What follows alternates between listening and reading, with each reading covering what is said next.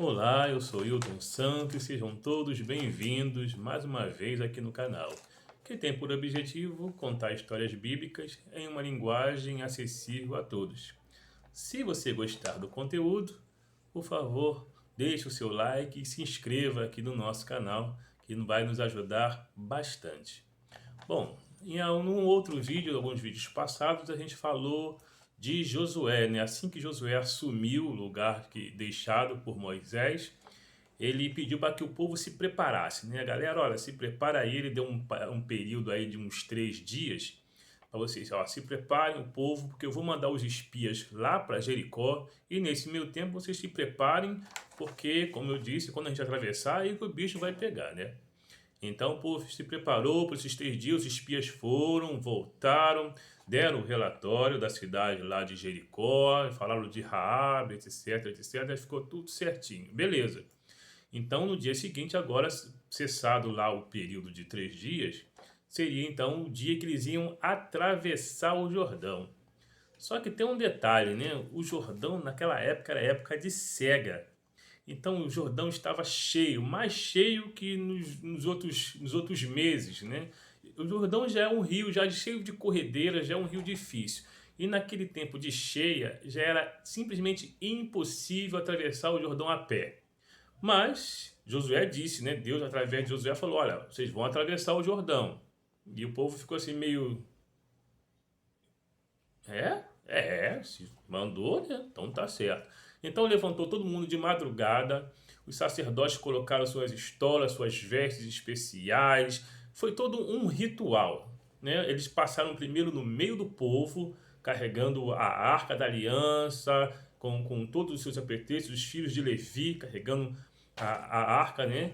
Passaram pelo povo e o povo tinha que manter uma distância bem grande da arca, não podia se aproximar. Então eles passaram ali no meio do povo. Depois que eles passaram no meio do povo, eles se dirigiram ao Rio Jordão, aquele rio lá caudaloso e tal. E aí que o povo foi atrás, né? As famílias, depois os soldados, tudo na sua devida ordem. Chegando lá no Jordão, né? Assim, Josué escolheu 12 homens, de novo, né? De novo, sempre tem esse lance desse ritual, né? Escolheram 12 homens, cada um de uma tribo, e falaram assim: olha, vocês, quando atravessarem o Jordão, cada um de vocês vão pegar uma pedra do Jordão, como se isso vai ser como uma espécie de memorial. E assim foi feito. Então aí, os sacerdotes foram primeiro, os sacerdotes com a arca, né, da aliança lá nos seus ombros. Quando eles pisaram no Jordão, a água simplesmente parou. A Bíblia fala que ele cortou o Jordão, né? Isso está lá em Josué, capítulo 2, 3. Eles pisaram, no capítulo 3, para ser mais exato. Eles pisaram no Jordão e a água do Jordão parou, ele foi se acumulando, porque era uma correnteza, né? Não era igual o Mar Vermelho que se abriu e ficava quieto. O Jordão era uma correnteza, era um rio. Então a água acumulou e passou assim e ficou acumulando. Parou o rio, ficou seco e ficou acumulando. Os sacerdotes andaram até o meio do rio e pararam lá com a arca. E a água ficou lá amontoando. E aí que o povo começou a passar. Tem muitas teorias, né, que muitos céticos, né, cientistas que duvidam, e tem várias teorias sobre a travessia do Mar Vermelho. Né? Ah, será que houve alguma coisa? Será que foi um fenômeno natural? Alguns dizem que foi um vento sudoeste que passou para lá e para cá. Não importa, cada um tem uma sua teoria. Mas Deus foi lá e fez de novo. E agora? Tá, no Mar Vermelho teve a teoria, teve o vento sudoeste, teve não sei das o que, o fenômeno natural, não sei das contas. Mas e no Rio? Como é que faz com um rio caudaloso daquele como o Jordão, em época de cheia, parar? E agora? Qual é a teoria que seria? Qual é a teoria? E do outro lado, o povo lá das cidades, principalmente a cidade de Jericó, talvez estivesse assistindo tudo, né? Então a água parou, os sacerdotes pararam no meio do rio, aí foram passando. Passou lá, né, as pessoas, as crianças. Eu acredito que deve ter sido uma ordem, né? Muito significativa. As mulheres, as crianças, os 12 homens, cada um de uma tribo, pegando sua pedra e colocando no ombro e passando também. E os sacerdotes lá, paradinho com a arca e o rio lá, acumulando, né, aquela muralha, fazendo aquela muralha lá. Pois bem, então foi passando o povo, né? Tal. E por último, né, os últimos a passarem foram as tribos, né, aquelas tribos de Ruben, de Gad e minha tribo de Manassés.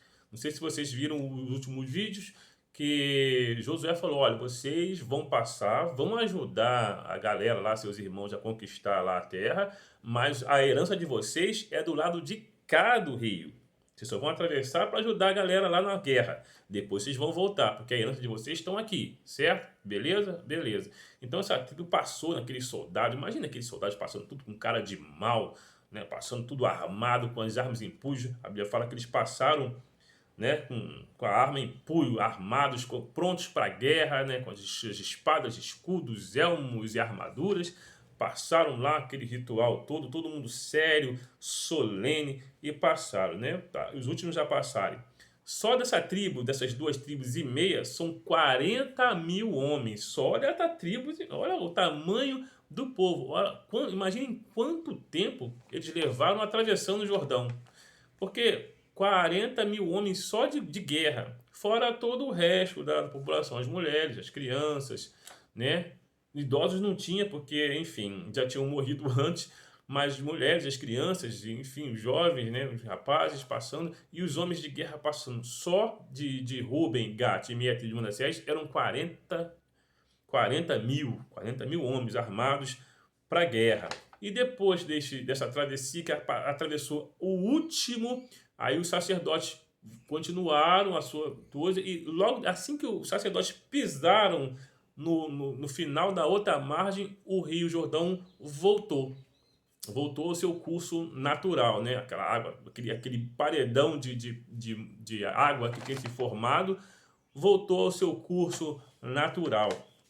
E enquanto isso, o povo do outro lado estava lá assistindo tudo lá. Gente, os caras são bravos mesmo, gente. Os caras são pequenininhos, mas o Deus que eles servem é brabo mesmo. Aí eles acamparam, né, à margem lá, a uma certa distância lá de Jericó. Que dali onde eles estavam, davam para ver a cidade de Jericó. Tipo assim, a gente vai aí, hein? Se prepare, hein? E por outro lado, a cidade de Jericó, por cima dos seus muralhas, das suas muralhas, dos seus muros, falando: "Ih, os caras estão lá, gente, vamos. Bom, acho que eles não vão passar por nossas muralhas, não, mas sei lá, né? Estão lá, eles lá, vamos ver, vamos acompanhar, né?" Enfim, então, e, assim, imagine também assim, os pensamentos, né, de Josué e Caleb. Eram os únicos homens velhos, vamos dizer assim, apesar de estarem com vigor ainda, né? Eram os únicos velhos, porque os que tinham a sua idade, aproximadamente assim, há 40 anos atrás, morreram todos que tinham de 20 anos para cima. Ou seja, o mais velho ali devia ter no máximo 60 anos, talvez nem isso. Então, todos os mais velhos eram cinquentões. Era um povo jovem, né? Era assim, como se fosse um recomeço, um povo novo, um recomeço, uma nova nação em uma nova terra. Que interessante, né? Uma nação extremamente jovem, como nunca se viu antes, eu acho que até então, né? Uma nação tão jovem e tão poderosa, né? E talvez os inimigos tivessem perguntado assim: por que que não tem velho naquele lugar? Só tem dois velhos, né? O líder e um outro. Bom, enfim. Mas assim, aqueles que. O porquê que só Josué e Caleb eram velhos e os outros não, está lá em um outro vídeo, se vocês quiserem dar uma olhada depois, está em algum vídeo anterior que a gente já fez. Mas enfim, então, imagine que passou um filme na cabeça talvez de Josué e de Caleb, relembrando do tempo desde que saíram lá do Egito até o presente momento, né? 40 e alguma coisa anos, né? Quanto tempo, quantas coisas eles passaram, né? Quanto tempo, quantas coisas que viveram, quantas experiências que eles viveram, quantas coisas, quanta sabedoria adquirida ao longo desse tempo. Bom, e logo depois que eles pisaram ali, né? Como era já a época, né? Também era a época da Páscoa. Parece que, se eu não me engano, era a primavera, a época da colheita, e também era a época da Páscoa, que celebrava ali o livramento que Deus deu lá no Egito de todos os primogênitos. Então, Deus instituiu assim: olha, vocês vão fazer primeiro a circuncisão. Por quê? Assim, a circuncisão era um ato que, simplificando, seria mais ou menos hoje uma operação de fimose. Isso identificava os membros do grupo, né, do povo de Israel, e também era um ato higiênico, né, porque naquele tempo eles não tinham muita noção de higiene, de saúde, não era lá muito, enfim, e a circuncisão ajudava também nesse sentido, evitavam doenças, etc, etc. E a circuncisão, como todos sabem, existe até hoje, né, que hoje em dia é chamada de operação de fimose, que é mais ou menos a mesma coisa. Tira-se a pele do prepúcio, etc, etc. Então os jovens foram circuncidados, porque não eram, né? E teve o ritual então da circuncisão, fizeram facas de pedra para manter uma certa tradição, que já havia o metal, já era conhecido, mas fizeram questão de fazer facas de pedra, talvez pela tradição, pelo ritual em si. E logo depois celebraram a Páscoa. E um detalhe interessante é que sim, eles celebravam a Páscoa, aquele ritual dos pães asmos, etc. E depois eles comeram do fruto da terra pela primeira vez. Porque antes eles só comiam um maná, não sei se vocês lembram, né? Estavam no deserto, até só o maná. E assim que eles comeram do fruto da terra, né? Das primícias lá da terra de Canaã, cessou o maná, que era literalmente o pão do céu, né? Que eles recebiam no deserto desde que saíram lá do Egito. Então o maná cessou e eles puderam comer o fruto da terra. E ali eles acamparam e ficaram só olhando agora para Jericó por um tempo, né? Jericó olhando para eles, e eles olhando para Jericó, e acamparam, né? Então o que a gente pode ver de interessante que isso é que uma coisa é certa, de todos os rituais, né, pode tal, Deus é um Deus de ordem. Não é à toa que essa frase é dita em várias igrejas evangélicas, em vários sermões que dizem por aí, mas o fato é que Deus é um Deus de ordem, não é aquela bagunça e tal. Então, tudo que você for fazer de ritual, saiba, pense e saiba disso, que Deus é um Deus de ordem. Pense nisso.